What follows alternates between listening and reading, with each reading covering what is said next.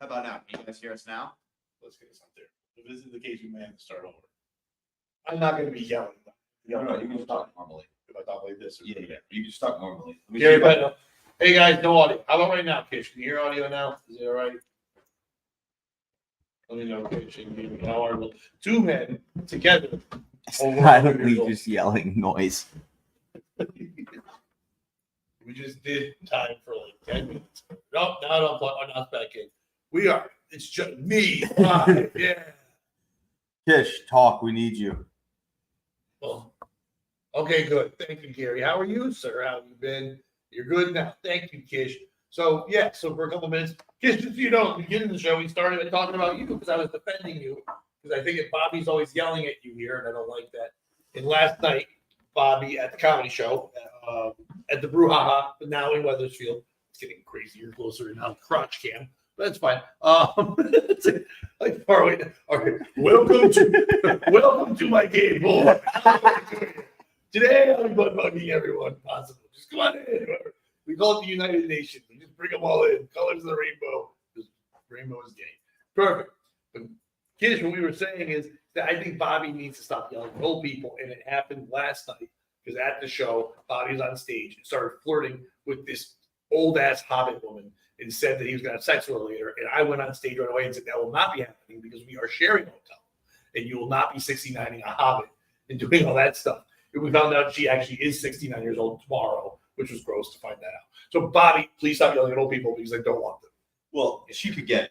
Let's start with that. She was 69. I did not know it was her 69th birthday when I started hitting on her. And this is 2 for 2 of me being like, I'm hitting on somebody as a joke and they don't take it as a joke. The other one was a gay guy in Wilmington. Well, to be fair, she took it as a joke. I don't believe she was like, oh, in the middle of this show, this man's soliciting sex from me. I don't think people in the audiences aren't going to go, aha, I feel like this is a joke. They play along with the thing. Then why am I doing comedy if they don't think I'm going to actually fuck them? I like the funniest part is that you're like, I didn't realize she was 69. You didn't think she was 23. No. Disgusting piece of shit. If you're out there, hi, thanks for coming to the show. But it was a fun show. We had fun. And tonight we have 2 more shows. I mean, 1 more show. I'm sorry. 8 o'clock at in Weathersfield. It's a giant office building that looks like they filled Die Hard. If we feel like we're rushing through this, we just said these things for 10 minutes And now out loud, and we realized there was no audio. So we're just getting through it again. But we're doing the show together, and we had a nice shot set up, and now it looks like, welcome to Bobby in my form.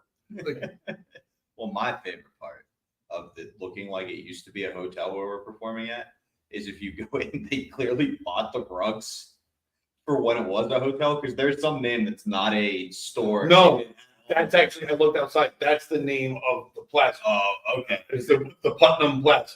I thought they convinced the hotel to buy the rugs, and they were like, "Actually, we decided to go a different direction." Yeah, It it looks like a giant office building, and we said it before, but not here. That it looks like they were trying to build a hotel that changed their mind, turned to office buildings. And in the first floor, they have restaurants and such. And this river place, very nice. And we have a cool show. We have a show tonight at 8 o'clock. Go to comedycraftbeer.com to grab tickets to see me, Bobby, and Mike Massaro. But it was fun. Bobby and I were hanging all day. This morning, we went to a mall together, did shopping, and Bobby bought black people clothes, and I had coffee. And Pat taught me the rule that in Connecticut, you're only allowed 2 items: black clothes. If you are a white person and you go to a white mall, like West Hartford, you're only allowed to buy 2 black items or too many, and then you're like taking over a culture. So that's it. You don't want to be cultural appropriating, so you buy two black items. I bought Starbucks. That's 2 white items. We balanced it out. You made it nice and even for the day. I appreciated it. You didn't really even want the second coffee, but you explained the rule to bail me out. So I thank you. And my new Dennis Rodman / John Morant shirts also thank you, because I didn't know they made concert style t-shirts for NBA players. This is a great thing for the people who make them. Bad thing for my life. I was upset because John Morant should have a picture of him just holding guns like he did in his Instagram photos and got in trouble. But instead, it was just John Morant. And then I think you got the one where it has like a grizzly on it. And I know he's on the Memphis Grizzlies, but it literally, if you didn't know what it was, you would think it's a black werewolf movie. Which like, is saying, yeah, you would think it's like Teen Wolf, but for the hood. You know what they say about me? I got that dog in me, Team Jacob. I don't know what that even means, and why would they call you Jacob? Because he's the werewolf in Twilight. So you go, I got the dog in me because he's a werewolf, Team Jacob. And then the next Who one, goes like that? Critter, the artist. Who's Critter? You don't know about critters? They bite. What are we That's her rap. Oh, Jesus Christ. But the next line, the reason why I know the song is the next line. It used to be my walkout song for a bit until Aaron was like, it's a little edgy. But the next line is pussy, pussy, pussy, pussy, pussy, marijuana. Yeah, I'm not gonna. I don't want to disparage Aaron Berg, who's been very good to me and to you. But Aaron Berg, go if you don't know who he is, go Google his comedy and then listen back to that. For Aaron Berg, of all people to say to somebody, that's a little edgy.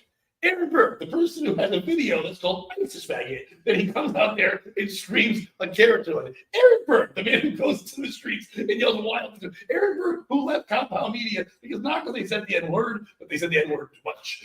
Aaron Berg told you a song was too edgy. Aaron Berg was hilarious, but Edge is he's an edge lord, if you will. That's what he does. Can I tell you who the piece of shit in this story is? Yes. It's me, because I just wanted a quick way of throwing away the fact that I listened to a girl named Critter as a rapper. And just that Aaron said stop using it as your walkout song. But really, it just hypes me up when I hear her chorus of pussy, pussy, pussy, pussy, pussy, marijuana. Well, that's fun to come out to, I guess, because it has a good beat to it. People don't listen to the words. I come out. I don't like coming out the music. We're not wrestlers and shit. I just come out. You saw even last night. I don't do credits. They're like, what credits do you want? There was 17 people at the show, and I knew 5 of them. So I said to those, say there's 17 people of them. Pat knows 5 of them, and it doesn't give a shit. Can I tell you what my favorite part was? Hi, Chris, by the way. Hi, Terry. Everybody there. That's talking awesome. Yes, Chris, it's great for us to be together. And yes, my expressions to Bobby talk. You can't see it as well. We're split. But most, I think, the drive here, there's several times where Bobby would talk, and then I don't even realize my face is doing it. He'd be like, sorry. And I'm like, I don't mean to do it. There's a lot of disappointed dad in my face with Bobby when I walk around. So even today, by the way, my daughter took a picture, and I'll have to put it up on like our Patreon, from Bobby and I walking to the car, and she goes, look at father and son walking. But a lot of fun at the shows. Yes, it'll be fun there, and it'll be more fun at in August 8th, 9th, and 10th when we were at Mohegan Sun, us together there, staying there for a couple of days. Please make sure you get tickets. Go to comicsroadhouse.com. That's my album recording. And, I think it's hilarious that you did a V. I love Kish, but V's our guy, clown face. Did we ban somebody again? Damn autocorrect. Hang on, Kish. All right. Get there. Talk to text. Unfortunately, we're not going to be able to post the thing saying it could be running back and forth, and I'm not talking about that. But I guess I could bring it over here because we don't have it on. No, you could have it on your lap, yeah. I guess I could. But I also know that I'll be my ADHD will go. It's already crazy enough with all this. But yes, we have the shows there. I was running a lot of the material. Not that Bobby didn't know what it was going to be, but it was nice for Bobby, people at the show, and always like to all be like, hey, the material you're doing right now for the album is awesome, and I'm very happy with that. I like the stuff I'm doing. I'm not going to give away anything, but one of your topics and the way you approached it and the way you nailed it pissed me off so much. Even in my pictures to you, I was like, it irritates me how unique this is and how funny you made it. You texted me about it, and I was like, yeah. But it was funny because you said this is pissing me off. You said you wrote it's pissing me off, and I don't know what that means, but it sounds like it, but it's fine. I was telling the story. My favorite part was, so you don't do any credits, right? I normally don't do any credits, and all kidding aside, normally if they're like, do you want to log up something? I'm like, do you have one you want to play? And if they say no, I throw one out there. Otherwise, I don't really give a shit. But because we were together, I had him bring me up as co-host of the POS show. Right. And then they did not bring you up as the host of the POS show at all, and nobody had any idea. Well, that's gay. I hate that. I hate people do it when they're like a team thing. It's like, you're like, I'm one part of it. Like, oh, so like, what do we go to? It's like, oh, like, I don't know. I'm happy you did that, and it's great, and I appreciate that. I thought you would say the joke that you like the best, the joke I'm doing about stuttering, John, because I'm very happy that I'm making fun of him in a fun way. It made me laugh a lot to be able to go to Mike and go, we did this. And he's like, what? And I was like, no, we actually did what Pat's talking about. Yes. For those of you who it's not spoiling the joke. When we tried to nominate Stuttering John to the Special Olympics Hall of Fame, I'm doing a bit about how you can do that and him and everything like that. Please, if anyone else knows this joke right now, it's so stolen, it's crazy. Like, it's such a unique perspective, whatever, I wouldn't care. But I think it's hilarious that you guys did a show in the same building as my former employers that terminated me and forced me to work with CBS. So, Kish, so you know that we are Eskimo brothers in job. I worked for CBS as well when I left the Hartford Courant in the early 2000s. And I worked, but not at that, but at the other one. I think it was I want to say it was in Cromwell, Rocky Hill area then, but there was another building, and I also sold shit copiers. So we are not only both friends and both fans of Bobby, but also worked at the shitty job together. So all those three things. But yeah, that the Stuttering John joke, I want to do that because I'm hoping that he'll call the FBI on me.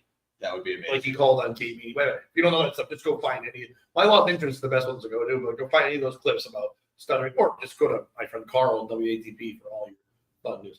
Oh, I didn't even think that we're not really competing, but if you're on the Patreon for Carl, 2:00 he starts his thing. So we're not competing. We'll be done by like 2:30 or whatever. But yeah, so it's been fun. We're gonna probably record something else for the Patreon, possibly put it up here as well. I'm not sure because we did miss Friday and Thursday because of traveling. Bobby, can you finally explain why you left Compound now that the place is shutting down? I was going to bring up Compound as one of the POS stories. I don't know how much Bobby wants to talk about it. I quickly want to say, because Bobby and I met through Compound. My good friend Steve Halligan, who's a comedian out of Boston, I got to go on there years ago the first time because he was a guest on the show with Cumia. And he had said to me, hey, I think you'd be good on this. I didn't know anything about Cumia having his own network or channel at the time. My brother is a huge, huge fan of Anthony Cumia, has been since the early fucking days, followed him everywhere. And he was telling me, you should try to go on there. I think they could have you on there. And then when Steve did that, I'm like, I'll do it for my brother. That's why I did it. And then in a year's time, I got to be a guest on Anthony Cumia's show 11 times in 1 year. You know, and then because of that, I also met Aaron Berg and Gino, and I got to be on In Hot Water a bunch of times. I was in the Wet Spot. I got to record a pilot that was POS that became this afterwards. It was right before COVID. They did say to me that it was, because of COVID, they weren't putting on these shows at the time. Who knows if that was really the case and just being nice. But anyway, that's how we met there. So Compound will always have a special place in my heart for me. That being said, it makes perfect sense that they're shut down. They should be gone. If Anthony's in South Carolina, you're paying overhead, all that stuff. And no offense, your network went down. You had fucking some shit shows on there. You had some garbage people. The good people left. And I'm not speaking for Bobby or anything else, but once Bobby left, once clan members were allowed to have their own show and do whatever they were doing, and now you're going to merge with, you're merging with something that people are going to go, my brother right now, if you have the subscription, doesn't even realize it, he's just subscribed to the Proud Boys Network. A lot of people don't even realize it. Right now, they're just paying money to the Proud Boys Network. And I'm not shitting like Gavin or anybody else, but I'm just saying that they went there for Anthony Cumia, and now they're in a clan. And so it's a weird thing to go. But yeah, and I don't know if he wants to answer anything crazy. But I am sad for the people that are missing out on shows they love. But then again, I've been sad with that network since Aaron left in Hot Water, because that version of the show was my favorite show on there, probably podcast. The early days of In Hot Water with Aaron being the characters, and then the beginnings of Steve being the Indian guy, the way the Booth Boys became, after me, they didn't become stars with Anthony. They became stars within Hot Water, and then Gino just being the thing that handed things off. Once Gino had to become like the personality, that show fucking dead. And I'm not shitting on him. It just wasn't the fucking same. If it never started at that high level, maybe it would have been fine. But you can't show me a hot woman and then cut her tits off and say, is she the same lady? The tits are gone. Burger's tits. I mean, I think you would love that analogy, being the tits. For me, what happened was for 20 months, I got attacked for no reason. Went to management, was told that's how you play the game. So I played the game, and I knew what I was doing. I knew what the potential risks were. The biggest thing is Anthony doesn't want to be bothered, and I was creating a bother. And so I knew that was a potential risk. But at a certain point, it comes down to comedic integrity. Like, how far can I let this go without saying something? So I said something, and it came to an issue where I had to be like, oh. Life goes on. Let me just finish real quick before I say anything else. Like, I'm incredibly thankful for Anthony. I have no issue with him whatsoever. Like, he gave me a bunch of opportunities, frankly, probably shouldn't have. Like, I wasn't ready for it, but thrust me into the light, like whether it be Comedians of the Compound or letting me do my quiz show for a while. Like, no issue, no regret. And I knew it was his thing. Like, if it comes down to an issue, it's probably going to be me. But at a certain point, you got to say what you got to say. So go ahead. What I was going to say is, you said all that. I wouldn't say, because we are friends, and once in a while I would say to you, hey, I know you're about to say this. I wouldn't say it was 20 months of being attacked for no reason. The beginning attacks were there. But you are someone that, once you are poked, does fisting. The one person could look at it and you're like, here's the whole thing. So it's not like it was, you would agitate. You would tell me. I'm like, hey, I just did these 20 things to E-Rock on the slide. I hope one of them makes him cry and jump out of a window. I did these 35 things to Steve. Not those wordings, but I'm just, Or definitely not Steve. So like, I'm just saying in general, there was, I'm not sharing anything out.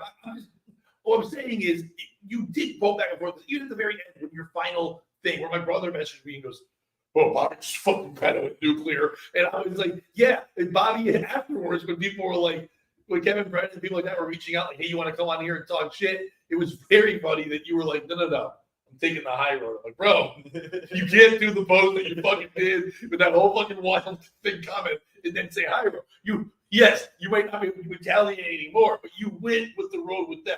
You were someone scorned. You worked very hard. You did a million things. I don't know if there was 100% promise that you were going to get more things, but it did look like same way when I would come on, I would fill in for Anthony and do things. It did feel like they were letting me know that I had a chance of having a show on the network, and then it was kind of just silenced and pulled away. I think the same thing was happening with you, like to keep you around and keep you motivated. Promises of, hey, you might get your own thing or get to do more. But then at the end, they're like, nope, booth boy. It's like, but you keep letting me have this. So I think the problem was they could never just fucking say yes to things. I know it was budget problems and all that shit. I mean, the real reason E-Rock was amazing to me and always had me on, hit me up. Keith was the one who liked me at the beginning. Yeah. So it's like, and there's nothing E-Rock didn't. It's like, I just think it would have happened there. But thank you for the opportunity. That's how we met and got to do this. I hope that answers most of your questions, Tree. I love your chronicles. They're way better than Narnia. I think you come out of the closet, they go in the closet. But okay, it's fine. But yeah, it was kids saying. I met Bobby for the first time at Compound when he was still an intern. I found him at Pat at a secret show at the club. Cotscob Compound is also where I met Anthony Zenhauser. Two of those things are great. Anyway, it's the old Meatloaf song. 2 out of 3 ain't bad. 2 out of 3 ain't bad. It's good that you met me than cover band B. Anyway. Yeah, but we're having fun. It's going to be good, and I'm happy we're moving on to different things here. I'm happy with the growth of the podcast, what it's doing. I don't know if we would have gone the way we did. I do think that if Compound was still around or something and doing well, and I didn't have to like switch around our schedules, I think it would have been dumb to not take what we were doing in the morning, and move it to them and get rid of their morning. Our POS mornings would be the ideal morning show for that kind of network. And I think if they had the budget, the things, it would have been it takes years, but finally, okay, you guys got a thing now. And it would have been that. Ideally, you know what they wanted? They needed people to bring them stuff. When you're doing well, you can just take on new people. And when I first got a chance to be on there, they were doing well. They had a high subscription rate. This is all me and speculating. I don't know anything. But you could tell they were just like, well, higher. Same thing with Gas Digital. They're doing well, so they could just give anyone a show. Like whenever Lewis broke up with a woman, thank you, here's your party gift. Like Derek Jeter in a basket, here's your show. And they would just do that because they were doing well enough they could support it.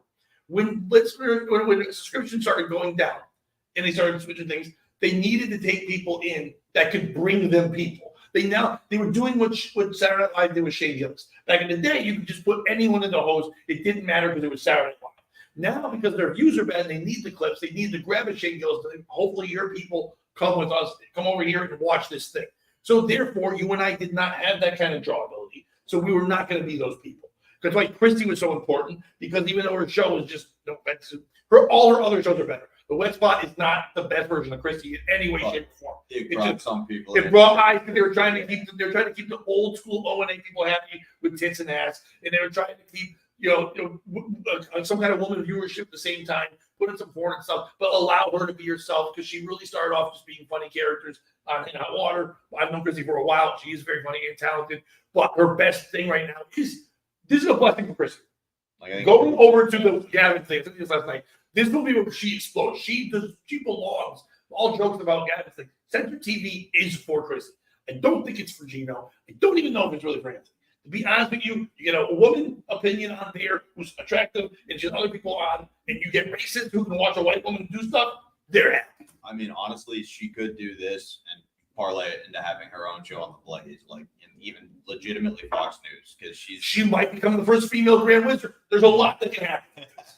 But no, I mean, truly, you're absolutely right. Like, that's her home. She's going to be great there. She's going to draw their fan base that doesn't know about her already. He's going to love her. Gavin loves her. He's done her Simcast, 30 times now.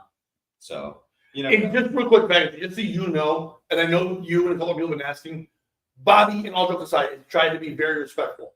He appreciated the work. He met a lot of friends. He's made great relationships from compound. So he wasn't saying anything not to be hiding and skirting because there was no reason to say anything. And he's not even trying to shit on them now that they're gone. I don't hate to speak for Bobby, but we talked about it. I'm like, you want to go off? We'll do a thing. I didn't want to get any wars with anybody or shit on anyone. And all jokes aside, well, Gino too. Gino's always been cool with me, so I'm not even saying anything bad about anyone. I'm just trying to be funny on the podcast. But to be clear, Bobby had wanted to say things, but there wasn't a point. But now that they're gone, we might as well talk about it. You know what I mean? Most people talk about Michael Jackson fucking him once he's dead. He didn't do it there. But I have to say, and yes, it was very cool to work with Anthony. I think I was on the show 11 times. I think I met Anthony Cooley 11 times. I don't think he would know me on the street or even know my name, but we shared a lot of time together. I always appreciated that. I got to meet one of my favorite comedians now to watch do anything, Dave Landau, by being there. I got to sit down on time at a panel with Jim Norton, Dave Landau, and Anthony Cumia. And to me, that was the coolest thing of, can I keep up and be quick? And I did. Norton turned to me and was like, you're keeping up, kid. And I was like, I smiled, trying to be cool about it, but that was fucking awesome. I got to meet a lot of cool people through that. And all the people that would follow us here, we got to meet through there. So thank you to Compound for being around. I'm shocked you were around as long as you were, but I do appreciate it. And I know Bobby did too. He just didn't want to share things when he didn't need to. no, exactly. And sometimes when you're angry, you're gonna be bitter, regard. You know. Well, you're always bitter. Yeah, it's Bobby. Yeah. I'll be bitter. And But, third person. Two things that I think really hurt were the pandemic, because everybody learned to do kind of their own streams, like you and I did. Obviously, we started streaming our own thing, and then you lose some of the things. So, like Steve and Garrett are brilliant at what they do, and Drew. All three of those guys are really good at what they do. But when everybody's just kind of listening, and it's not about the effects as much, like the fact that Steve on Morning kind of helped Morning keep going because of his creativity, and like that's what made it work. So if you like those guys as much as I did, I'd say they're saying call Gavin, call Anthony, and like be respectful, but reach out to them. They're trying to get those guys a job. So I don't think they're going to have problems. I know I was thinking that, but you think small world, there's 8 billion podcasts. And there's millions of people that need stuff. I think, to be honest, I would get away from all of them. Yeah, they should. I was Drew. I would get away from Garrett's different because Garrett is associated with all that stuff back in the day. But so if you ever watched Your Mom's House, and they had I'm forgetting the guy's name, he was the redhead Jewish guy that was their producer forever. I know who you're talking about. And he very funny, very good on his laugh. Everyone knew his laugh in the background. He decided after a while he wanted to stop being on there. He went off and actually started doing his own thing on camera and producing as well. He brought some of the fans over, did his thing, being respectful of them, but he grew. Garrett is brilliant. TBD was a fun show. A lot of the shows on there were underrated that were there. But any version of TBD, even if it had a dying guy or a fucking punching guy or whatever he had on there, he tried to do the best he could. But Garrett is a brilliant, very funny, very quick, smart guy that should be on camera as well. The other guys, Drew and Steve, they did the best they could in the situation, but they're very good as utility players, not shitting on them when there's a star like an Anthony, or as much as saying he helped out Morning. Schultz gets a lot of shit. Schultz knows what he's doing. He's been a professional for a long time. Joanna's incredible and very brilliant, and they know that those two did an amazing job at doing a parody that became a regular show, and they deserved way more. They just didn't get the push because they weren't Trump supporting fucking right-wing people. They were just doing the morning. And they're doing great on their own now. And I'm saying it. So, like Garrett can do whatever he wants on one side or the other. You know what I mean? So yeah, absolutely. I think they should get away from the compound shit and just go somewhere completely. I'd love to see him do their own thing. But anyway, that's Compound. Do you want to present it as a POS? Everybody who worked in the booth, even Rat. Who's Rat? Treated me well. Rat. Is that Luby's name? Garrett. Yeah, I'm not saying anything about Luby. Luby came on our show one time. It was really mean. I'm kidding. She's fine. Kish said, and I meant that. Well, it's all about him. Like, I don't care about Kish's life. I'm kidding. Max, what's up, my friend? How are you? Billy Ryan. Don't worry, you didn't miss me on Rock 102 yesterday. Yes, I was. You heard me on Rock 102 yesterday, but I recorded that Thursday at 3 o'clock. But I heard a lot of people. It was fun. Me and Steve just recorded a thing. I put it there Friday morning. It was just to promote. So hopefully I'll be back on there again soon. I will be mobile soon. I got my license again. I'll be getting a car soon. And once I do that, I'll definitely pop it up there. Steve and I talked about that. I'll be there live there, studio. That one I should do, Kish. So once I'm driving a mobile again, I'll be hitting some mornings when I can with my job to go visit my friends Ryan Roberts and Matthew James in Hudson Valley, their radio. And so getting on more shows will be fun all the time. Steve never learned to shut up, and others talk every once in a while. Well, to be fair, once you're given an inch, sometimes you want to take a mile. Once Steve was allowed to do the dump, before the dump, Steve knew what to do. When Steve was asked to carry a load, and just remember though, the dump was the best part of that afternoon when Aaron left.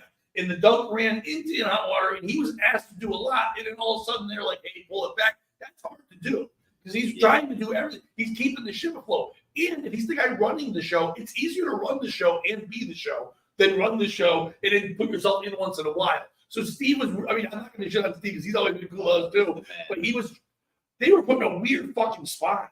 They were just, shows were changing. People were leaving, craziness was happening. Brennans were happening. Levy's were happening. All this madness, fight punches. And it was a scary little area. Black people stealing things. There was a lot going on in that place. Steven Garrett, at a certain point, became the boy with his finger in the dikes. Not as This fun whole as week, that. all weekend, Bob, we've been trying to find ways to say the word dike in Holland or finger. But yeah, like they would just fill every hole. So at a certain point, You're like, yeah, I get it. I'm going to finish this fucking. oh yeah, I got to nail my point. But Max, my friend, how are you? You're wondering why Bobby was let go. I can't put scripture back in late 2022 because it seemed like everyone had to kiss Gino's ring because Anthony was pretty much MIA.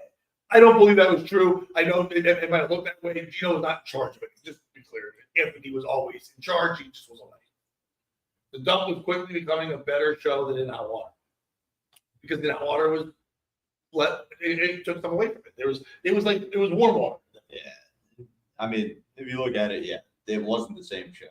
Some people like the new version. I preferred the old version. Teach their own. I'm not hitting at either, but Aaron Berg is a brilliant guy. And he makes very smart choices about who he allows on his label to record albums. He's incredibly smart. Me. Both of us. It's like it's fine. Both of us. But yeah, hopefully that answers everyone's question. I think everyone, who's a piece of shit in this story? Probably me. It's all the subscribers who pulled away to not support people's jobs.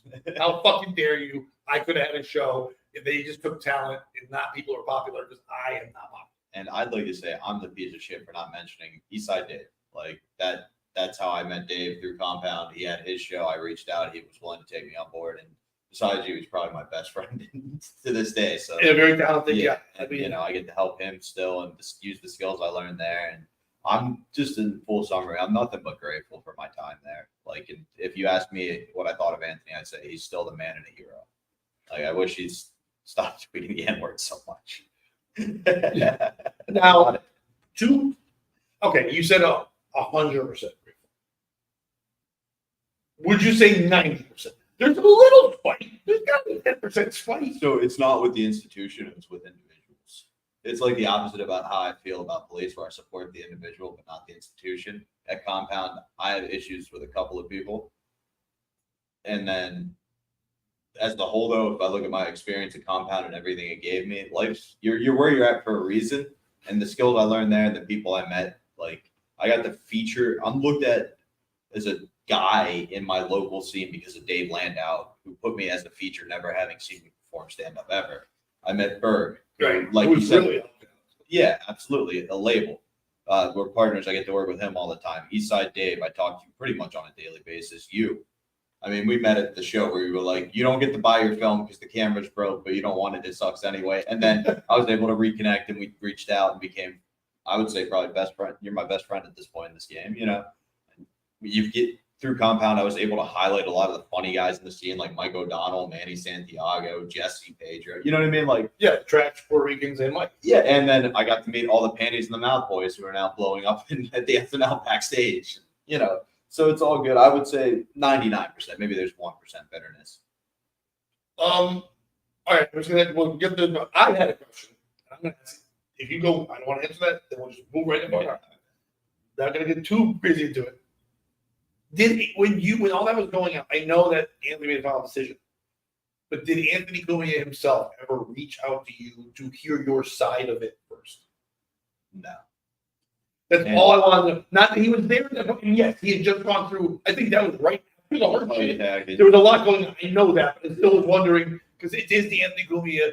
Compound Media is his network. All those things. You were there. Not that he was always involved in that way. Even when he said his goodbyes, I think he needed paper to know everyone's names. But that's him. He's been the guy's been doing stuff his whole life. He doesn't know names. He just knows names to call. Honestly, I knew he wasn't going to reach out because he made it clear he was not the guy to deal with this stuff. It was going to be other people. If he had to be the voice of God, he would, but you weren't going to hear that. It was going to be filtered. Like I didn't mean to make a decision. I kind of meant it was like, hey man, I'm sorry it's come out this way. We're gonna, because I can't be around. I appreciate the work you had done for me, because there was a lot of, when they needed filler in time, you put on your 420 shows. When you needed someone to fill in for somebody, you were a jack of all trades. But that's what that whole booth was. Every booth guy was not ever a comedian. You were the only one that was a comedian when you came in. Before that, none of them were comedians or on-air personalities. They had to become it because this place needed to fucking ask the janitor to be the chef. And that's what it became. So sometimes you think the executive chef would go up and say, hey, thanks to chef for coming in and fucking making the meat. So I was just wondering if you happened to do that. no, and to be honest with you, if I ever perform at the Charleston Club or whatever, I'll reach out and see if I could be a guest. Oh, you're the first one.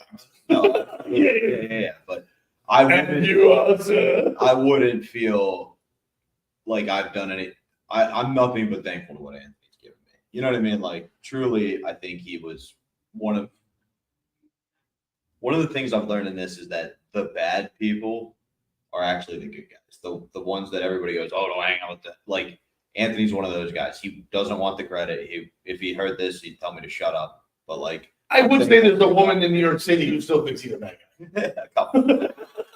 I think there's a lot of people. I'm not saying a bad thing. I think that you can find the good and bad when you need to find the good. Absolutely. And he did nothing but good for me. Like, he gave me every opportunity.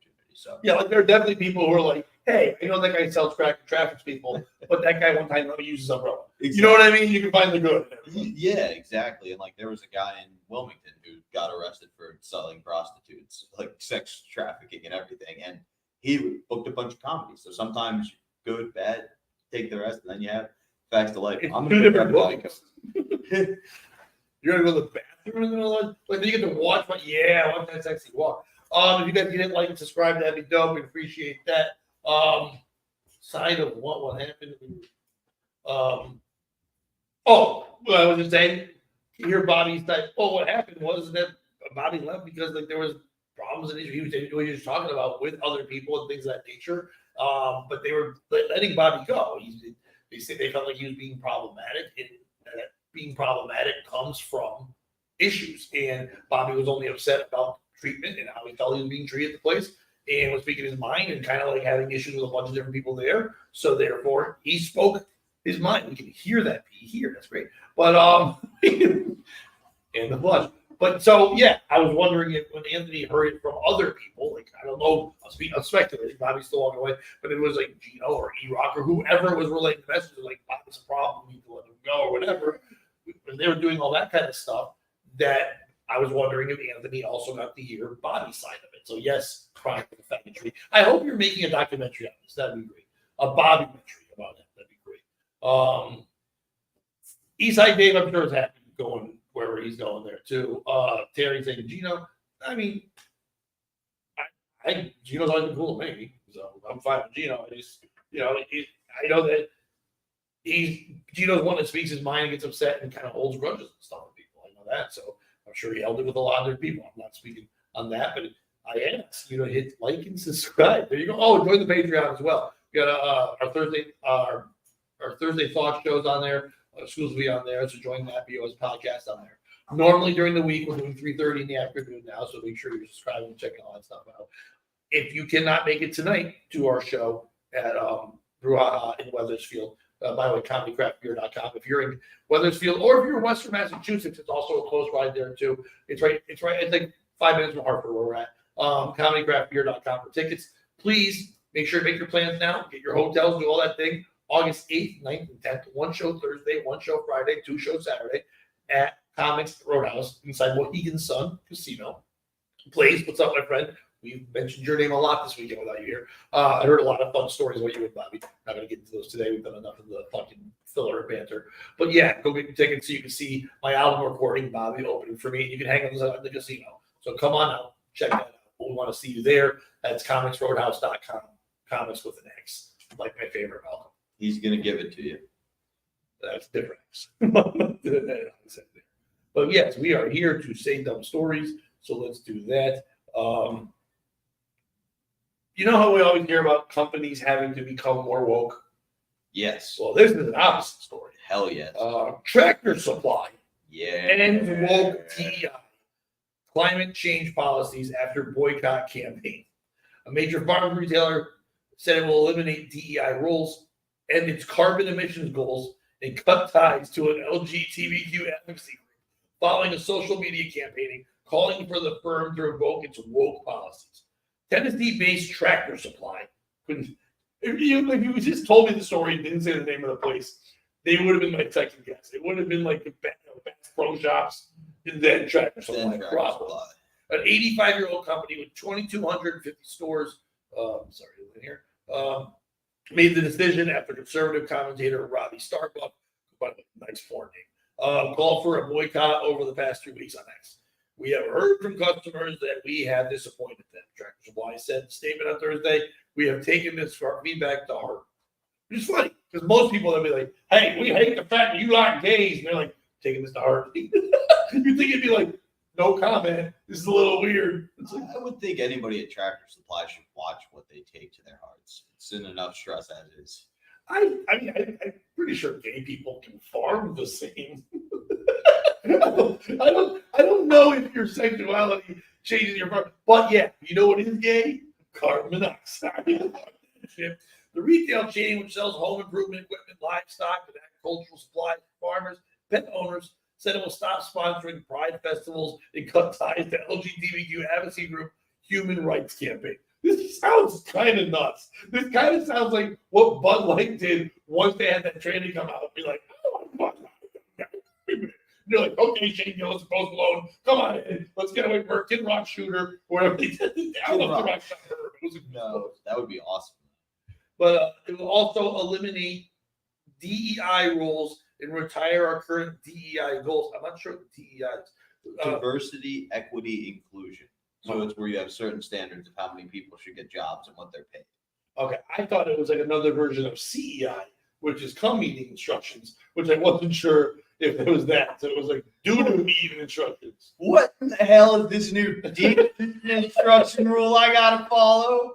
What they make me do this newer DEI is do eating instructions. It's some big fat farmer lady's like, I'm the farmer's daughter with the poop in your mouth. You're gonna call it tender, man, but this is bullshit.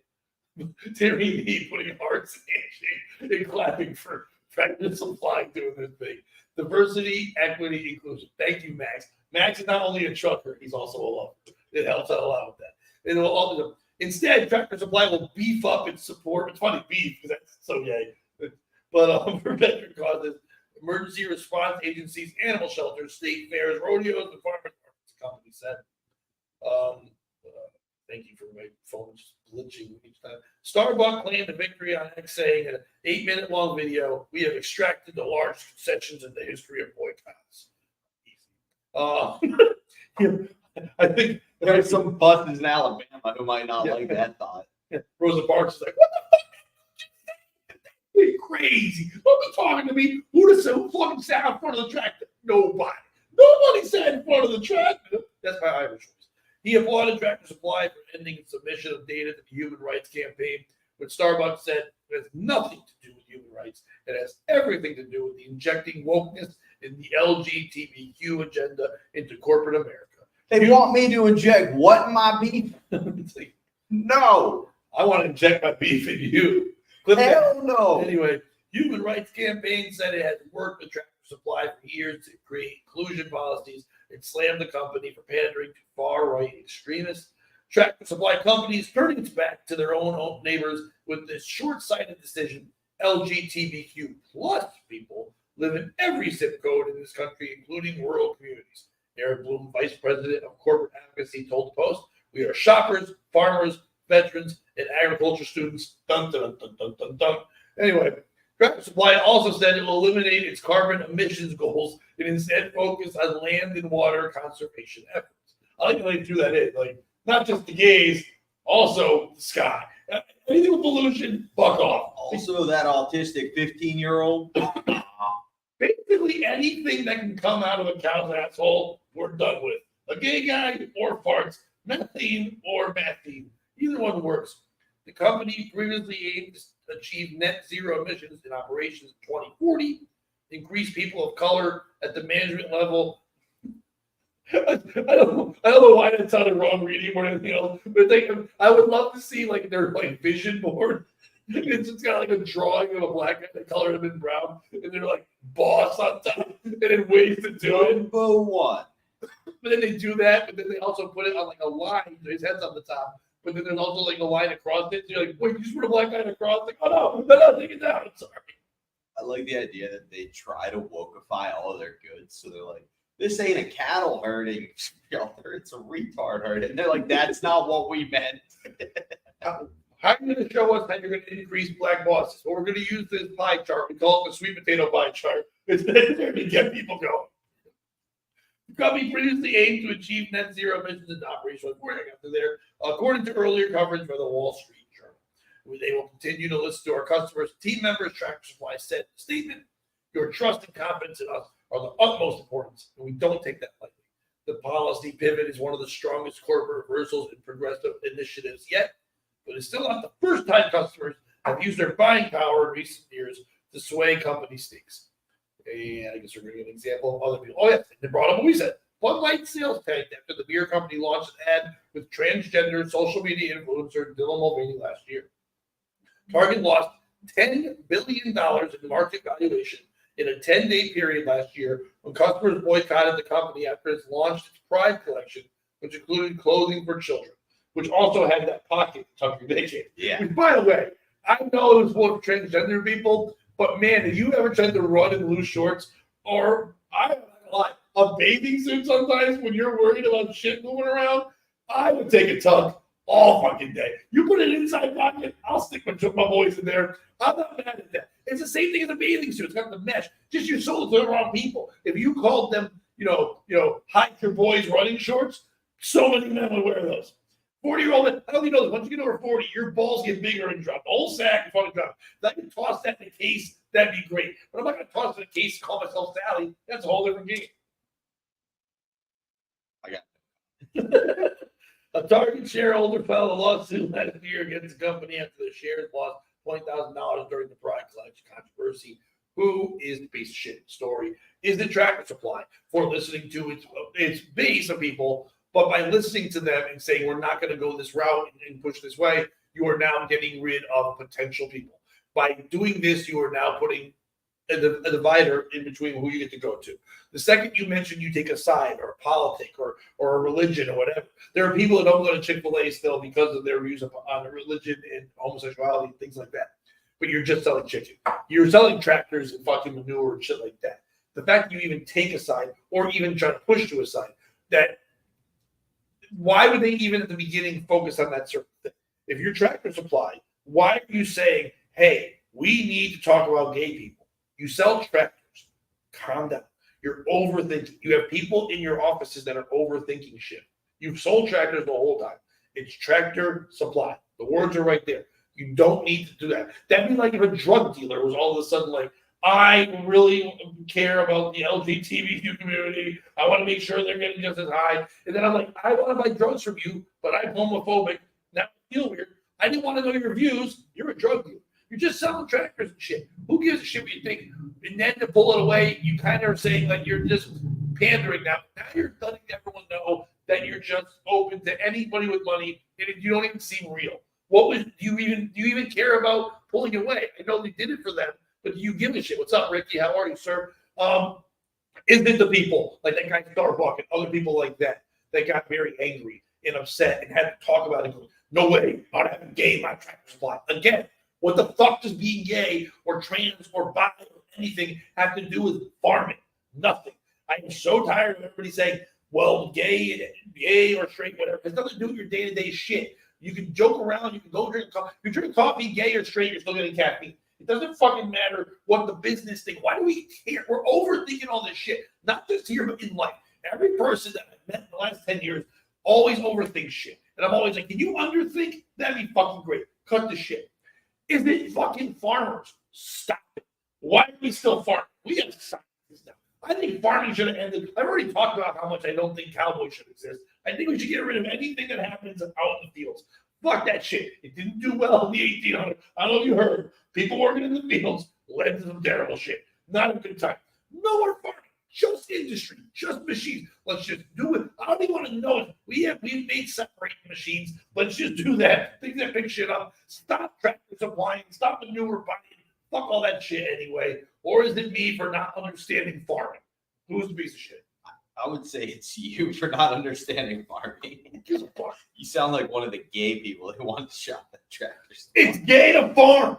No, Oh, I'm wearing overalls and I really up the gear. It's fucking gay. The issue I have is you say it doesn't affect how you farm, but the issue is they try to breed new cattle and they keep trying to get the men animals to fuck the other men animals. They don't understand why they don't have babies. What did Ricky say? They wanted people like me dead, man. The ones that didn't take the clot shot. It seems like a vaccine thing. Oh, okay. Um, I thought it was Jamaican. There's a clot shot. Hey, put the clot shot. Boom, the clot. And you call me in the morning, but no, like, they keep trying to make the male, like the bulls fuck and the cows fuck, and that doesn't work. That's why gay people can't be good farmers. They don't understand heterosexual sex. First of all, there's a whole different world there. Anyone who just like casually is like, yeah, I just I breed giant animals. The fact that you were born, you were raised, and you're now a person, and your day-to-day operation is I make animals fuck. I don't care what it's for. That's great. You shouldn't make anything fuck ever. Breeding dogs weird, animal fucking. I don't care what the fucking rule is. Stop making animal fuck. That's not the thing we should be doing. Don't make animals fuck. That should be your prize for winning the Special Olympics. My prize? No. If you win the Special Olympics, you get to be an animal breeder. That's like their ideal job, isn't it? No. Why would a special needs person want to have to now make animals? Because they get to watch. I don't know where this is going. You think special needs, you don't want to watch animals have sex? Isn't that what makes them special need? Isn't that their special need? That's the only way I got a special need. It's the only way I get hard. Their special need is parking. I thought I have to get closer all the time. No, it's not Tractor Supply. So yes, it was kind of dumb that they tried to go woke originally, but it's cool to watch a business be like, we talk to our fan base. They don't like this. We're going back. That's who shops here. Also, I don't know if you know this, Tractor Supply is where I bought the horse trough to make my hot tub in college. So I will be a fan of I it. don't know if you know this, but here's the thing nobody would know. When I read Bobby the Musical. So originally I tried to have an indoor pool. And we had the pool assembled in the dance hall area, and we were going to throw a pool party. And that's when the president walked in and was like, what the fuck is that? No. So then this was during Occupy Wall Street. So we had to occupy the hallway outside of Lewis's room where we camped and took turns banging a pot to keep him up. And then they were like, it'll ruin the house. We need a smaller option. So I bought a horse trough, and it was 2-person sized. And I had heaters and bubbles blowing in. It was very redneck, and I was very hated. Yeah. Well, also, how much did a horse trough cost? $178. Nice. Tractor Supply had good deals. Yeah. But yeah, you know what though? I'd be like 178. But what if I'm gay? Like 153. You got a story? Yes, I do. Who's your piece of shit? You didn't answer. Oh, I Okay. But if you want me to say it is, I said at the very beginning, it's me. It's Tractor Supply. Why would your focus ever be on a small, loud group to appease them? That's not how business works. Everyone does that. It's like, I'm not trying to be a dick, but like, we better do this so the Black Lives Matter group is happy. We better do this because the trans group is happy. We better do this because the God Hates Facts group is happy. We better do, we're all, because women want this, or straight men want, I'm not even saying the group, it's just, you were making money. Your jobs are about being in the red or in the black. That's what your whole job's about. Are you making a profit? If Tractor Supply was losing money and realized that they had, like, I use this example, and I've said this before, marriages are failing in America, right? Overall, more than ever before. Man, there's way more divorce than there's ever been. In the last 10 years, 20 years, divorce is a thing that happens. So people aren't really all about getting married as much. Younger people are like, why would I get married? There's no reason to do that. Marriage is what? Marriage is actually a religious ceremony that we turn into a law thing. So therefore, it's a money-making thing. So churches do that, correct? So why, if the church is noticing that they're losing money because less people are getting married, the churches should lean to the LGBTQ because they want to get married, and they should be like, hey, you know, it used to be against you guys getting married, but who wants a wedding more? Gays or straight? Gays love weddings. It's fantastic. It's beautiful. It's got colors and shit. They should be like, nothing but gay people get married. You'd make more fucking money. What are you laughing at? No, I was laughing at that we should get all the gay people in a church. Then we throw in a pizza oven like at that furniture. They won't get all that stuff. That sounds way worse on there, but it was a thing at the mall. Anyway, so, but yeah, I could see them flipping their business because that would be people that they would make money again and get over there and be able to do that. Tractor Supply, a restaurant, anything like that. If you're already making money and doing well, Bud Light did not need a change. It's fucking Bud Light. It's an institution. Maybe overall their numbers were down for what they do, but overall because there's so much more beer and everything, but they're still making monster numbers. And to think that you would also appease a small, tiny minority, a loud minority group to get the money to them is crazy. And then that lose your other base because you're not doing it right and appeasing everyone. You want to make them all happy, you just say your message. And then because gay people before all this shit 10 years ago were just buying things anyway. Women were just buying things anyway. Yes, you might, if you want to analyze and stare at a commercial, you can sit there and go, well, I'm upset because it's not two women as parents eating Cheerios. Motherfucker, it's Cheerios. Grow up. When I watch basketball, I don't go, black people, I can't play. I still shoot hoops. I don't identify. It's not POV porn, you fucks. Stop putting yourself in the stupid shit. You're not in this shit. Get a tractor, shut the fuck up. So if you're a business, sell your tractors, and if someone's like, would you care if we're gay or straight? I care if you can buy a tractor. What's your bank account? That's what I care about. We're bank account Americans. If you don't have one, fuck you. That's what it should be about. Fuck you, Tractor Supply, piece of shit. You know what I think? No. You know what I care about? She thinks my tractor's sexy. Don't know what that is. It really turns What's me your on. story? That, in what can only be described as a grisly situation, a Canadian woman named Kayla Seward found herself in the most barely believable predicament. And I want you to know they spelled it bear. Of course, it's like the animal leaf. After a regular day out, she returned to her car only to find it had been broken into by none other than a hungry bear. But this bear wasn't after her picnic basket. It had a taste for upholstery. Yep, I read that right. This flurry intruder tore apart. Wait, did it say I read that right, or did you do it? It says, yes, you read that. Oh, okay. What the fuck's going on? This furry intruder tore apart her car seats and chowed down on the foam and fabric. Pat, in the audience, I need you to imagine the scene. Kayla walks up to her car and thinks, who's the jerk that vandalized my ride? Then she spots the bear prints and realizes she's dealing with a real-life Goldilocks situation. But instead of porridge, it's plush seats. Why did he? Why? Like, The story is the I epitome. don't know why the fucking like make me imagine it. I get what's happening, but they eat upholstery. Why? There would be more examples of eating upholstery. It eats upholstery. This story is the epitome of a wild encounter gone wrong and gives a whole new meaning to bear market. Explaining this to the insurance company must have been a bear of a task. Yes, hello, a bear broke into my car and ate these seats. No, I'm not kidding. The insurance agent probably thought she was spinning a yarn, but nope, it's 100% legit. So the next time you leave your car, maybe think twice about parking it in bear territory. You wouldn't want to become the next chapter in this very amusing saga. Pat, who is your piece of shit in the story? Is it Kayla?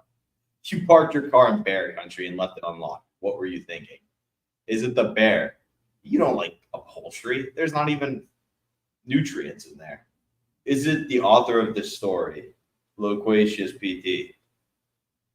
Who's your piece of shit? I mean, if we all now have fetishes, right? Everyone thinks that. That's also the last 10 years thing. it used to be like you're just a weirdo if you don't like regular shit. We're animals. I would assume that animals also can have fetishes, if you will. So it's not a bear for wanting to eat upholstery. If a fat fucking bitch on TLC can be like, I eat couches, then why can't a thing that weighs the same as a bear also eat couches? And I think we should shoot them both. Wait. Camera. I wanted it to be me, not you. I don't like that you're being dramatic. I don't think we should shoot women or whatever. I They're eating a think poultry. we're trying to get monetized. And the word to our friend Kevin Nicholson, who's not here today, unfortunately, because he's probably doing weekend things and he has a family and stuff. He would like us to see us get monetized just so we can get canceled right away because that's going to happen. We need to get there first. So no, we don't want to shoot any fat women or bears. We like them both. They're fine. But yeah, it's not the bear for that. It's not the person writing the article. If you've seen my act, I might say awful, crazy shit, but I also love puns. So I'm never going to be mad at somebody just littering it with puns all day. I think it's anyone that is shocked when animals do animal shit. So maybe it is the person writing the article, but not for the puns. It's that calling this news. It's like, I can't believe a bear broke into someone's house. Well, where's the house? Where's the place? Where are we going? Is it in the woods? And then you're like, you built a home there, but you're like, they able to know now I have a house. They don't fucking care. Like, but people are like, I can't believe deer keep crossing this road. Did you put a road where the fucking animals walk? What the fuck's going on? It's like, if a bear wants to eat some shit, who gives a shit? You can make another couch. If you had told me, there's two options. If I was coming and there was a spread of food, someone got me a 6-foot giant sandwich, and I'm like, oh, I want a giant sandwich. I'm very excited. I came home and a bear was eating my giant sandwich. I would be devastated because I want a giant sandwich. If I came home and the sandwich was fine and the bear ate my recliner, I'd be like, I guess I don't sit in my recliner anymore. I wouldn't give a fuck. Yes, it ruined my chair, but at least it didn't eat my fucking sandwich. So if more bears are going to be eating furniture, great. Eat furniture, not people. Maybe we should lean into this. You know, sharks attack people once a year on TV. When the Shark Week, throw some recliners in the fucking ocean. See if they like upholstery. Throw couches in there, maybe a futon or two. Go over anywhere you find like bobcats and wolverines and stuff like that are chewing on people. Throw them fucking over. See if they'll chew on that. Maybe we can fucking avoid it. Maybe they just want to. Maybe they're not trying to eat us. Maybe they smell couch on us and they love couch. That's what it could be. So maybe we should like pay attention. Maybe like people in relationships, maybe sometimes you should pay attention to what's going on instead of pretending like you don't know what people are saying. The animals are saying, give us some couch. What if we threw Harambe a cushion? Well, we can't throw him anything now. Harambe is dead. Yeah, but what if we had instead of shooting it? Well, I don't live in the past. I do. I don't. I live anywhere but the present. I'm learning I'm an idiot because apparently, according to Blaze, there were probably French fries in those seats because she was bad. According Look at you, to idiot. What are you projecting? Terry, cushions can have pounds of human skin and fat in it. First of all, Blaze, I have a point. Terry, what the fuck? Yeah, why? Terry, what the fuck? Why are you just willing to have? I know you're our ace reporter, and I appreciate you, but why do you have that knowledge? Why do you know that pounds of human skin? Pounds of human skin. Oh, So, like, when I go to the deli and I order 2 pounds of cold cuts, he's comparing that to human skin. I don't even know how much human skin's on me. I'm guessing pounds. yeah, it's the biggest organ. Who's the biggest? The big shit is shedding. Stop it. Stop shedding. I'm all for that. My piece of shit was gonna be the woman for leaving her car unlocked. Lock the car. It's just yeah, I know it's easier, but just lock your car. Put your keys in the. Maybe she just had to run in. She parked it in bear country. Yeah. What would be worse, this type of bear in your car, or like a hey, where are we going? Well, I don't. Once again, Bobby, I don't want to do 2 stories on the LGBTQs, but if we're going to, it shouldn't matter what kind of country it is. It's about the fact that it's a country. So it shouldn't matter if it's a bear country or straight country. It's just the fact that it's a country and it shouldn't lean to anything else. I think it was a real country. Imagine what's in Stuttering John's cushion. Dude, those pictures were fuck. I don't know if you saw that. But they got one of his couches taken out, and I was on 3ATP, and we were looking at those, and there was this white stain. It was super gross. Yeah. And like, those pictures were shared, I think, by Kate Meany. She wasn't supposed to share, but she put up all the fucking pictures and shit like that. Don't share this couch. No, you don't want that shit. It can ruin your life. Okay. One more each. I mean, I've got plenty, so we got plenty of time. It's only 2:00. I'm such a brat, is how this article starts. Hey, fine. Okay, who do you think said I'm such a brat? I'm hoping it's like a 24-year-old hot chick. Not sure about the age or the sexiness, but it is a woman. Woman sobs after admitting she ordered boyfriend to cancel wedding proposal because she was sad. She said, I don't, but he had other plans. A woman who ruined surprise wedding proposal went viral, admitted she's a brat for how she behaved after things didn't go her way. Rebecca Gordon confessed on social media that she cried for like an hour and was sad when her dream of the perfect moment was shattered, thanks to the loose-lipped family member. It does suck, someone told her. The school teacher from Utah told her TikTok followers that her father had spoiled their surprise. Apparently unable to contain her excitement, this proud papa informed his daughter that morning of what was going to happen. Deeply upset over the spilled beans, the Beehive State Beauty texted her boyfriend, Carson Peterson, telling him, I don't want to be proposed to tonight. Gordon then spent the day playing video games and lollygagging around the house instead of enjoying what her would-be fiance had planned. POV, you told your boyfriend not to propose because someone spoiled the surprise and it made you sad, Gordon wrote on a post that had received 7.1 million views and 1.1 million likes. Your boyfriend says, fine, I'm not proposing. So you spend the whole night playing Wii baseball and almost miss going outside to get engaged, she continued. I don't know her age, but she is cute. I saw a picture. The caption was imposed over a video of the two in the dreamy green field with handsome snow-capped mountains in the distance, revealing that her persistent partner had other plans for the evening, even if the day had been a disaster. My fiance told me I gave him a headache from yelling because I won the game and he needed to go for a walk to cure his headache, Gordon recounted. Turns out he was proposing regardless, she said. I'm such a brat. The clip shows the couple hugging as Gordon tears up. She then shows off her diamond engagement ring and a bouquet of white roses. Her sadness appears to give way to awe as she noticed all the effort that had gone into the special, if not longer, secret moment, beginning with the hundreds more white roses he'd drag out to the field. The slightly imperfect proposal appeared to resonate with viewers, with many admitting they too would be furious if someone had been careless enough to let the news slip. Our engagement was absolutely destroyed because our friends thought it'd be fun to ruin it for me. Totally wish that this wouldn't be a scenario for me. People who ruin surprises like this suck, but the ring is gorgeous, and I'm so happy for you girls, somebody fucking wrote. Who's the piece of shit in the story? Is this woman for being upset when she found out about a surprise proposal and then acted like a brat, said she was sad and didn't want it to happen? Is it the guy for going, listen, I'm already going to prove to you that in this relationship, I will never listen to you. So even when you say I don't want this to happen, I'm still going to do what the fuck I want. You're going to get over it. Not a good setting a tone thing. Is it the father for letting the daughter know, hey, I'm excited. I think you should know this. I shouldn't tell you, but hey, I want you to know about this kind of thing. Is it people on social media who saw all this and are like going through the whole, that liked the video about her being sad and upset, whatever, doing the whole dumb POV thing, which I fucking hate that. They don't even use it correctly. It's point of view, and they're not understanding that point of view would just be yourself doing it. You're not saying yourself. You're still saying what the other person was doing. But them all jumping on this and then afterwards going, whatever, girl, you get your happiness, whatever.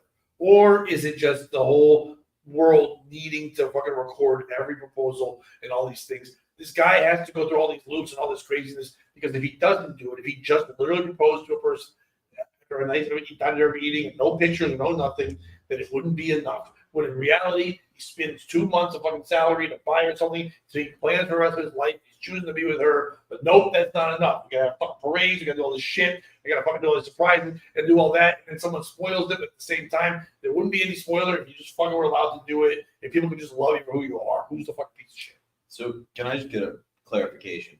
Was his original plan to propose in the way he did, or did he pivot? Still try to. His original plan was to propose the way he did. He continued to play no matter what. When she said no, he's like, all right, but he just said, okay, fine, we're not doing it, but then he did it anyway. So I thought if he had like changed up what she had heard and still caught her off guard, that's different than if he just was like, nope, this was my plan. He had to change up. Only thing he had to change up is how he was going to be getting her there and doing all that because she already kind of knew something was happening. So he had to be like, oh, I'm taking a walk, whatever. And then so he had a different way of getting her to the place, but still, he already had the setup. It was already beautiful Mario's, all the things. It worked out. She was happy and she said, I'm brat, whatever. I like it. For me, that's not the piece of shit. That's like a prisoner's dilemma. If I tell you, Pat, I'm gonna hang you next week, and it's gonna be a surprise, right? It can't be I hang you on the. You can't say I'm gonna hang you. It's gonna be a surprise. You just ruined the surprise. But you don't know which day. The day I hang you on. Oh, okay. Surprise the day. So logically speaking, right? If you make it 6 of the 7 days, I can't hang you the last day. It wouldn't be a surprise, right? Right. So I can hang you 1 through 6. With that knowledge, I can't hang you on the 6th day because if you make it to the 6th day, you see what? So then No, because I'm in this scenario, I'm going to die. I don't care. that's fair. But the way it works out is I like that your brain right away goes, here's an example of marriage and the rest of your life. Pat, you're a prisoner, and I'm gonna hang you. but Relationship value. basically the guy works out that he can't be hung because he can't be hung the last day. And if he knows he makes it to the 5th day, he can't be hung the 6th day because if he not, then he'll works his way back to 1 and they can hang him the first day. It's a surprise. Because he thought it couldn't be hung. Yeah. And that's kind of what this guy had here, where he was like, okay, so you don't think, let me just say it's not happening, and then boom, it's happening. He kind of tricked her. She seemed happy with that. I like that he put in a little bit of effort. It wasn't the exact same plan. Me personally, there would have been a grand pivot there. I'm Bobby Grand Gestures Tamburo. You know what I mean? I'm boomboxing you. That's my go-to move. But so it's not him. Her, I kind of like that she said she's such a brat, and she kind of owned it and was like, I'm sorry, I love you. Like, thank you for following the little things. And like, almost for me, that's showing he truly knows her. For me, the piece of shit's the dad. It's supposed to be a surprise. This isn't your day. Shut the fuck up. Like, yeah, your daughter's getting married. I know you probably secretly, not you, this guy in the story who told his daughter about the proposal, deep down want to fuck your daughter. So you're spoiling her good time so you still get that opportunity. Not what you should do. The guy comes to you and goes, I'm proposing to your daughter. It's her big day. Biggest day in her life's her wedding, right? Second biggest day is the proposal. For me, it's the dad. You facilitate in every way you can. Stop making everything about you. I get he's excited, but at the same time, like, chill out a little bit. See, and I get that, and I'm not trying to pull the whole I'm a dad, so it's different, but because I'm a dad, it is different. The main thing I heard in there is that the woman said she was sad, didn't want this thing. Okay, so the woman is sad, didn't know that, and she didn't. The guy didn't know this at first. She was sad because if he truly knew she was sad, or what depressed, things were going on, and you have this thing set up. I understand it might be hard, logistically, money wise, whatever, to move it. You do move it without her knowing, because you want it to be the perfect day. You don't want it to be something that becomes stressful, because then you're now saying, by being in a relationship like this, you're now setting the precedent that it doesn't matter where your mind is at. I'm going to do what I want to do, and that's a tough thing. And as a dad, a lot of times my daughter or son aren't having the best days. They talk to me, and if they're talking to me, if my daughter called me in the morning and said, "Hey, this and this is happening. I'm going through a lot of shit. Whatever. I'm just having a tough day. I kind of just need to be alone. Thank you for listening, Dad. Whatever." And if I knew as her father that her boyfriend was about to propose to her and talk to her, because if that is what happened, if the father knew it sad, then I'd be like, "Hey, just so you know, I'm not supposed to tell you. Everything you don't want to happen today is literally happening today.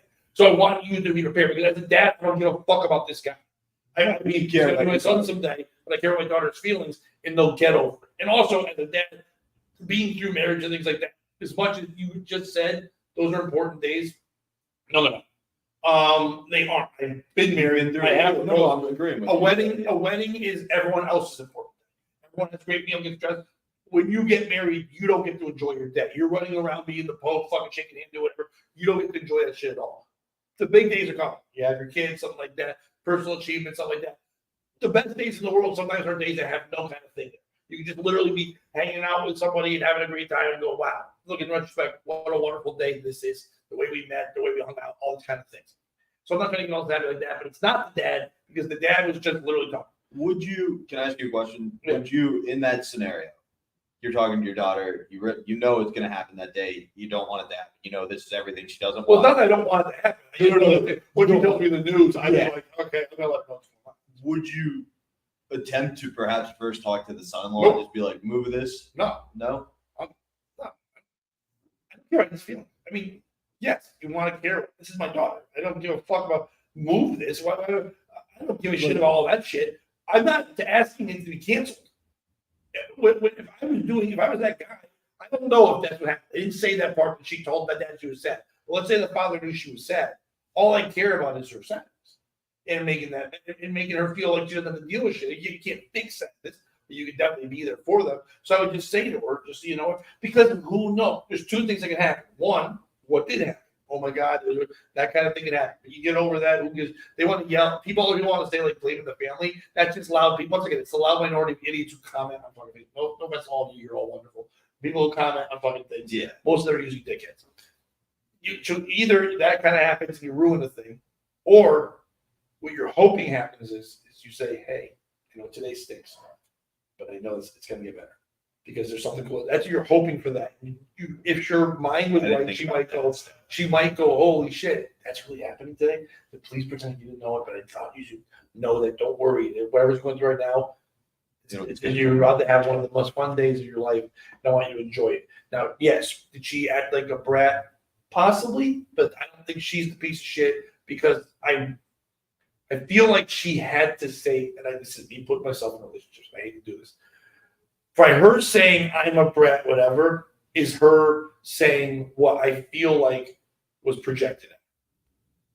Oh, you're not, I'm doing all this, and now you're gonna be a fucking brat. So now she goes online to apologize. She has to go online to say all these things to make sure that the piece of shit, I hate to say it, is every fucking guy who's doing these things. It's the same thing with Tractory Supply and appeasing the gays. We're doing the thing on fucking social media. We're doing the videos on TikTok and the proposals to appease other people, to get likes for a thing that's personal. It's between two fucking people. I love you. You love me. The Barney song, whatever the fuck it is. You get through those fucking things. It's not about everyone knowing. The best things in the world is when someone calls you and says, oh my God, guess what happened? We got engaged last night. I'm not like, oh, I know. I saw season 2 of You on fucking TV, on TikTok. No, it's a surprise. To put it out there and watch the whole thing. It's the same thing as the kids cam back in the day. When they go there and you're forcing two people, the kids, but you don't know a minute earlier, like, dude, you spent $400 fucking dollars each on these stupid seats. I know you wanted to go out and have fun. We don't have $800 fucking dollars to watch Steph Curry not play. He's not in the games with those new stupid NBA rules. Now he just lost $800 and Klay Thompson barely shooting. Fuck this. I don't need this shit in my life. What the fuck are we doing? And then all of a sudden, kids cam, it's like now we have fake kids, or everyone thinks we're assholes, or they see us argue, and now we're the people that are stuck in a meme forever yelling and doing shit. We shouldn't be catering to this shit. We should be catering to this shit. I don't point to Bobby and I'm going to propose right after the show. But sorry, I spoiled it. I suck. But the piece of shit is this guy for doing all that shit and then having it have to be set up for the world to know. You want to do exciting, fun things, do it for her. No cameras, no nothing. And even she was like, I want to capture this. I'm sorry if you wanted to capture it, but the rest of our life we capture that thing. Yeah. I wanted this between you and me. And those, even if you want those pictures, it should be between you and so you can look back and remember that moment. I don't have anything, but why can't? Like one of my favorite stories. Wait, I don't know if you know this, Bobby, but there's a thing called a memory. And we have memories. The whole world doesn't remember anymore. We go to concerts, we hold a phone up. We go to baptisms, we hold a fucking phone up. Your eyeballs can see this shit. It's about the memory you take in. We're jumping into nostalgia because we don't know how to remember anymore. The reason why everyone wants to fucking watch movies about back in the day is because we've trained our brains not to remember because we don't need to anymore because we're doing all this horse shit. Yeah. So fucking put the phone down, fucking say I love you, and shut the fuck up. Yeah. Maybe. I like the idea of capturing that moment and not putting it out there for the world. Just, I'm going to get dementia someday. Dude, one of my favorite stories. My buddy Shane wore like a white ghillie suit and buried himself in snow. So his brother, he was like the third wheel of this relationship. So he could take the picture of the proposal. Never seen the picture. You wouldn't hear the story unless Shane was really drunk. You know what I mean? But like, that's a beautiful moment that Courtney and Travis will always look back on. I get it, but a picture's for other people. And I don't give a fuck about other people. If I'm going to propose and I'm going to be happy, I want it to be between me and her. I don't want a picture. I want the memory. I want the way I saw it. The way in comedy, when people ask me all the time, like, hey, I'm working on jokes, and I see young comics having a camera set up in the back, and they're like, I'm recording that, I'm not really getting the work out I want. But yeah, you're recording. Stop putting the camera back there. Take your phone and the audio, put it where you want. You want to hear it later the way that you heard it the first time. Exactly. I want my memory of proposing to be the way I saw it and did it. I don't want a picture from over there because I wasn't over there. I didn't see me in the picture. My sight was set on the person I love and their reaction and their feelings. That's the memory. But now if I see a picture from far away, I'm disassociating myself from it. Okay. And I don't want to dissociate from a memory. That's all we fucking do. No one just remembers shit. But what about Jim Croce?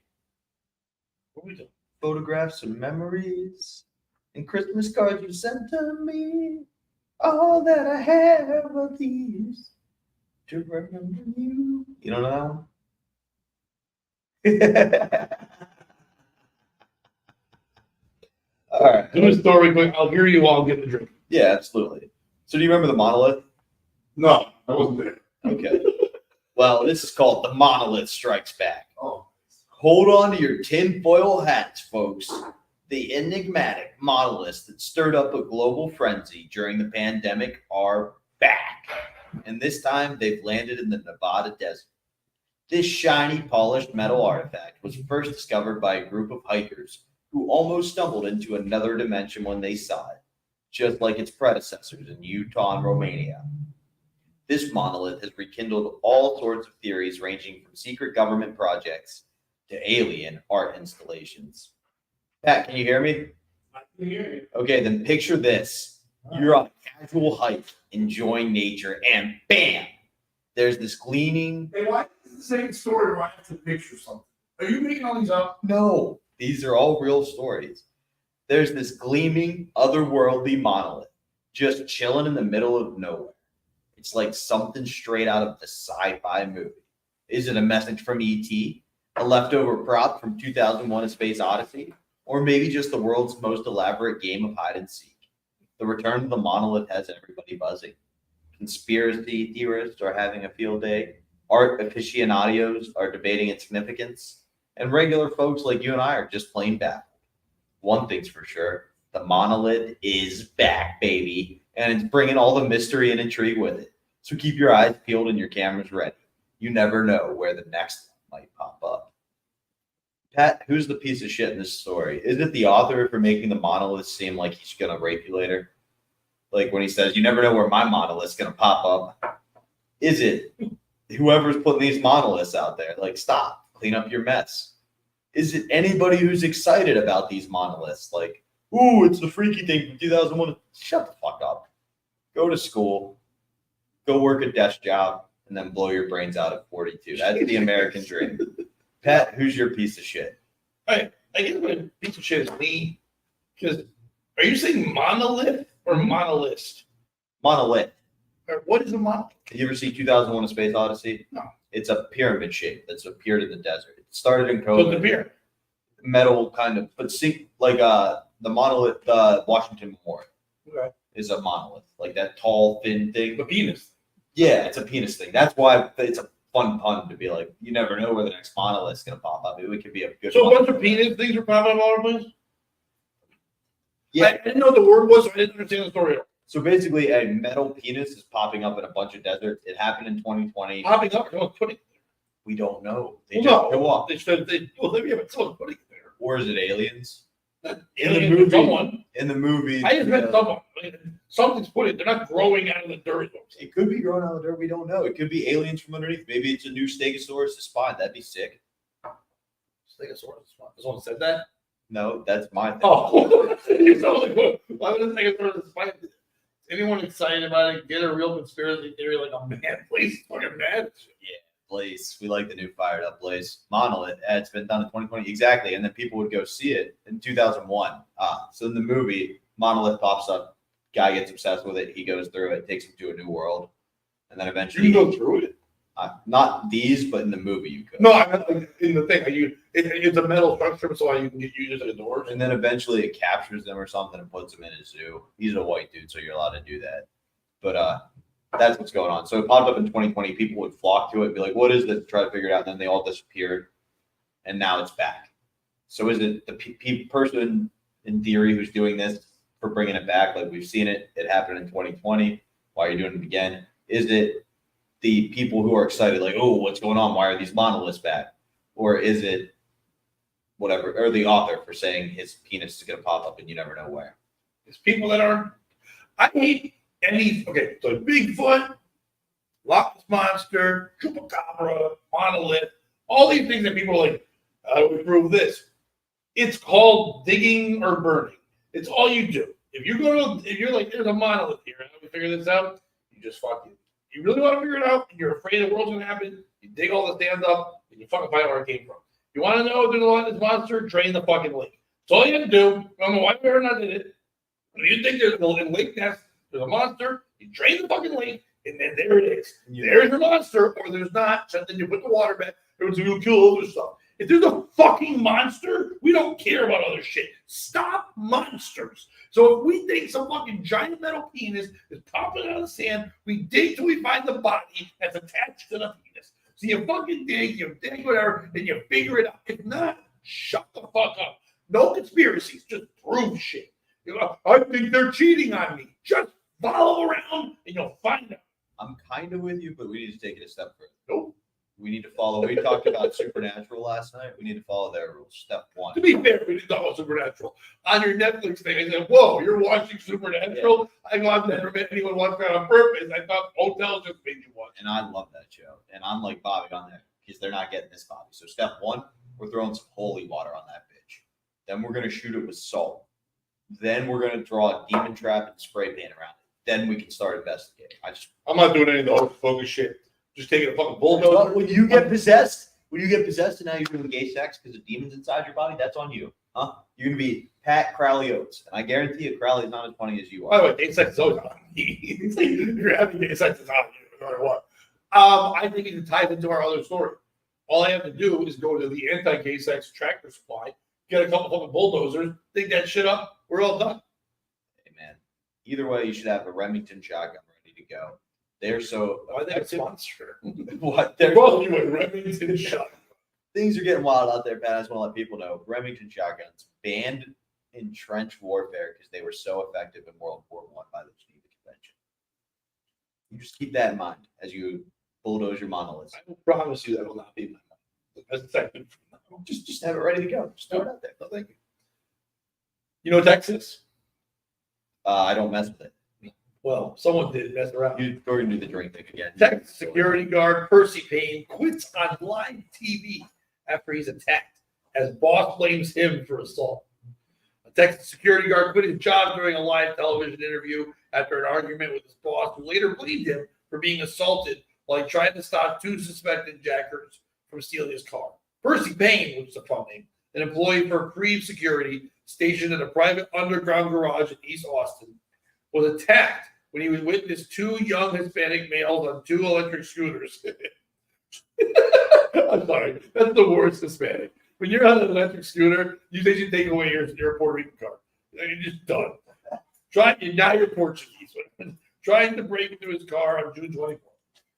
As he recalled the brutal attack in an interview with the outlet, Payne's manager confronted him and told him he couldn't speak on camera while on the job.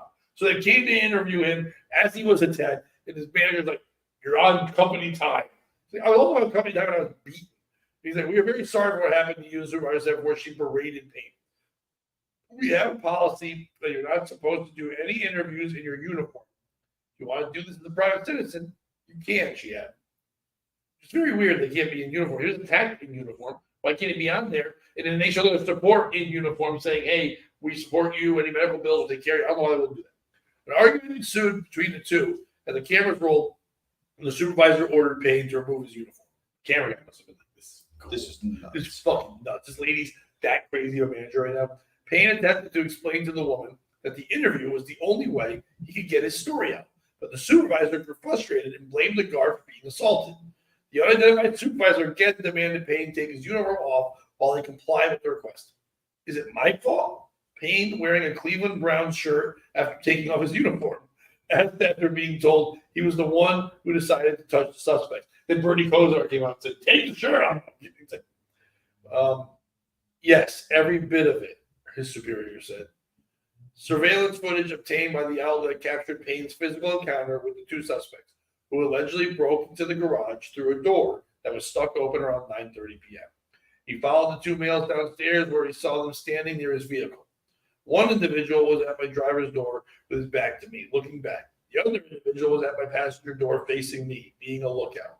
After spotting Payne, the two ran off towards the security gate as the 2-on-1 brawl between Payne and the suspect started. The young individual tried to run me over with his scooter multiple times, and then that's when they started to assault. The fuck out of the way. During the attack, one of the suspects allegedly shouted, "Hold him!" as he grabbed the screwdriver from his pocket and attempted to stab Payne. I let them go and immediately went to get my work phone to call 911. Payne allegedly told the dispatcher he didn't need EMS to respond, but asked for a police officer explaining that he had been assaulted. Even though I told her I had been assaulted, she told me, "We will not be sending police officers out there because they did not steal your car." And that's when I hung up, Payne said. After a few minutes, the security guard redialed 911. They got a different dispatcher, and after explaining the situation, again received an apology. An officer arrived to meet Payne an hour after the assault, who explained that his case should have been an emergency case as the department are investigating it as an aggravated assault. "I don't think that it was taken seriously as it should have been," Payne said. Payne, a father, has already landed a new job with a different security firm. "I woke up the next morning, started scrolling through Indeed, and I got myself a new job." Shout out to Indeed, I guess. Michael Gargill, who owns Central Texas Gun Works, told the outlet he was moved by Payne's story and offered him a job. He deserved better. That was just insane. The fact that he was in that predicament in the first place, the fact that his supervisor was blaming him, his company was blaming him as the person that was in the wrong. Payne says he is thankful for the new position. Bless him. This is a blessing, so I'm going to take this. This is an opportunity. It's a doorway. I'm going to take it. It can lead anywhere, he said. Who was the piece of shit in the story? Is it our man Payne, the security guard, Percy Payne, not for being attacked and being in a situation, but for afterwards going on the camera, knowing, yes, do I like how the lady acted? No. But there were rules set. And he did know you're not supposed to do that. On company time, he decided to have interviewers come and do that. You could do an interview, whatever, knowing you could probably get him in trouble. Is it the camera crew, news, all that stuff for getting involved in this story and not asking questions like, "Hey, before we do any of this, is there a supervisor that we involved?" And so, because then the supervisor would have said, "Hey, we can do this interview, but we can't do it versus working. Can we try to do it an hour before, hour after, whatever?" It would have been him. Isn't the supervisor for losing their cool, coming on, and then saying on camera, "Hey, this is all your fault. You fucked up." Is it Hispanics? What are you doing? Stop being Hispanic. Screwdrivers, scooters, stop being crazy. Get a car, get a knife like regular people. Stop doing this shit. Is it Texas? Texas is supposed to be all about guns and shit. Why didn't that security guard have a gun? Is it the other people who are hiring them and going, "Yeah, we are better than those people"? Because all you're doing is now setting yourself up for failure. Because now all the people that work at Texas Gun are going to be like, whoa, you treat me like shit sometimes. You're treating this guy like great. Treat me good. Don't ever say you're better than other people, because the people will always point you out. No matter what. Whenever you want to say you're good at something, somebody will come around and go, "No, you're not. You're worse than everybody else." Who's the piece of shit in the story? I thought originally you meant, is it him for setting up robberies to come to his store now? Be like, "You won't rob us." And I was going to say at a gun store, they just like that. That's target. Yeah, wasn't even in the store. He was in a parking garage. No. But yeah, that's where I thought you were going originally. For me, the piece of shit are the Mexicans. What did you? They didn't say Mexican. They said Hispanic. Hispanics, but I'm assuming it's Texas. Well, Hispanic, I would think, comes from the word Spanish, and that Spanish that speaking people, Mexicans are their own folk, right? Mexicans. You're not Hispanic, you're either Mexican or you are Hispanic. I don't believe Mexicans are Hispanic. I think Mexicans are. I don't know. Mexican. I don't. But either way, it's those guys. You didn't achieve anything. You didn't steal his car. You got, but like, if you're gonna be a criminal, be a good criminal. Don't be bad at doing crime. You should. You know how easy it is to jack somebody's motorcycle? Just pull them off. You play GTA. Yeah, I hit a button. In real life, I don't have the balls to rob people. But they clearly. I hope you never ride a scooter. They clearly do. Step one should be to get rid of the scooters. Get real. If two motorcycle guys are coming up and fucking with you, you're gonna approach it very differently than scooters. how do we know? I think the security guard and everyone else is just assuming these guys are stealing something. They could have just been assholes on scooters. And yeah, they might have a screwdriver on them, but Hispanics are usually fixing shit. That makes sense. So they're driving around. They see this guy. He's kind of the fuck out of here. It's like, oh, just fuck with this guy. I could have been that too. We don't know.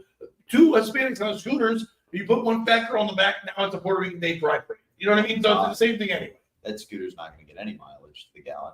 No, to me, the piece of shit in the story is the supervisor, obviously. Yeah. It's not Percy for taking the interview. First of all, what a weird policy to have in place. To have a policy in place that you don't do interviews in uniform means there have been other interviews in the past, which means your place is having a problem, which means your place is not reacting right.